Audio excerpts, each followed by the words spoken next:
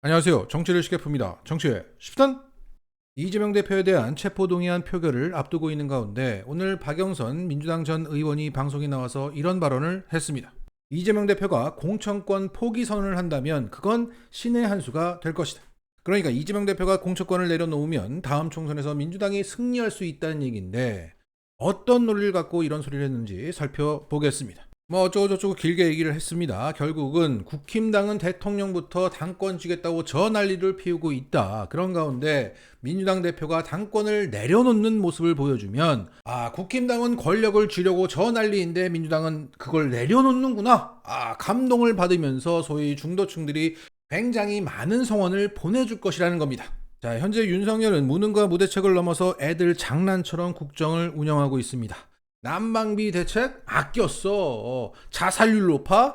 번개탄 팔지마. 쌀값 폭락. 생산량을 줄이면 될 거 아니야. 이처럼 선무당이 사람 잡듯이 애들 장난과 같은 무제한 대책을 내놓고는 국민들을 잡고 있습니다. 그래서 의지할 곳을 찾고 있는 국민들이 넘쳐나고 있는데 이런 상황에서 이재명이 당권마저 내려놓으면 잘했다고 박수를 쳐준단 말입니까?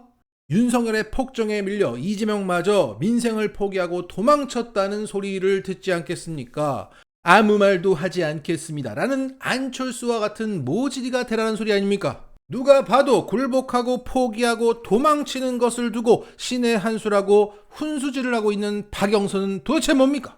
전략도 아니고 논리도 없는 이런 개소리를 정성스럽게 하는 것을 보면 자신의 지역구를 윤건영 의원에게 물려줘서 더 이상 갈 데가 없어진 박영선이 사사롭게 공천 달라고 시위하고 있는 겁니다. 이런 인간은 반드시 정리가 될 것입니다.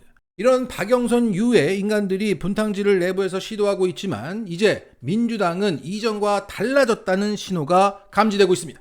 최근 나오고 있는 우상호, 박지원의 발언도 그렇고 특히 어제 나온 김민석 의원의 탁견이 크게 회자되고 있습니다. 지난 과정에서 민주당 지지자들에게 실망을 준 소위 선비그룹에서 이제서야 중심을 잘 잡고 당의 단합을 이끌어내고 있다.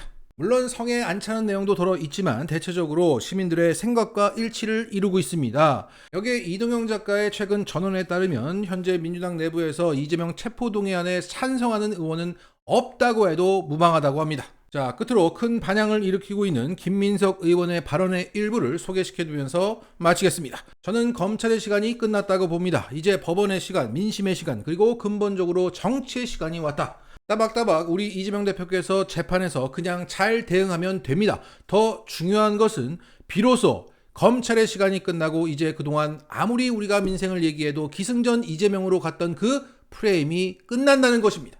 그래서 저는 비로소 우리 당과 지도부가 추구해왔던 민생 노선이 이제 현실화될 조건에 왔다는 것으로 봐야 된다고 생각합니다. 이재명은 구질구질하게 돈 받고 이런 거 안 한 사람이라고 저는 믿습니다. 우리 모두가 믿으시지 않습니까? 온 국민이 윤석열도 엉터리고 한동훈도 검찰도 엉터리라고 생각하지 않습니까? 이길 수 있습니다. 총선에서 이기면 오늘 우리가 싸우는 모든 것이 결국 승리로 돌아갈 것입니다. 이렇게 확신하고 있다는 말씀을 드립니다.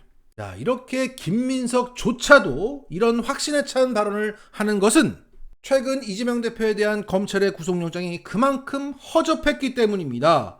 그로 인해 반격의 시간이 온 것입니다. 그동안 민주당은 지도부 중심으로만 뭉쳐져 있고 다수의 의원들은 뒷짐지고 있고 박영선, 조홍천 같은 인간들이 분탕질을 쳐서 먹혔다면 이번 검찰의 구속영장을 기점으로 이재명을 믿는다. 이것으로 민주당이 한데 똘똘 뭉쳐졌다. 때문에 앞으로는 싸움의 양상이 이전과 달라질 것으로 보입니다. 늦었지만 비로소 이재명의 민주당이 되었다. 마치겠습니다.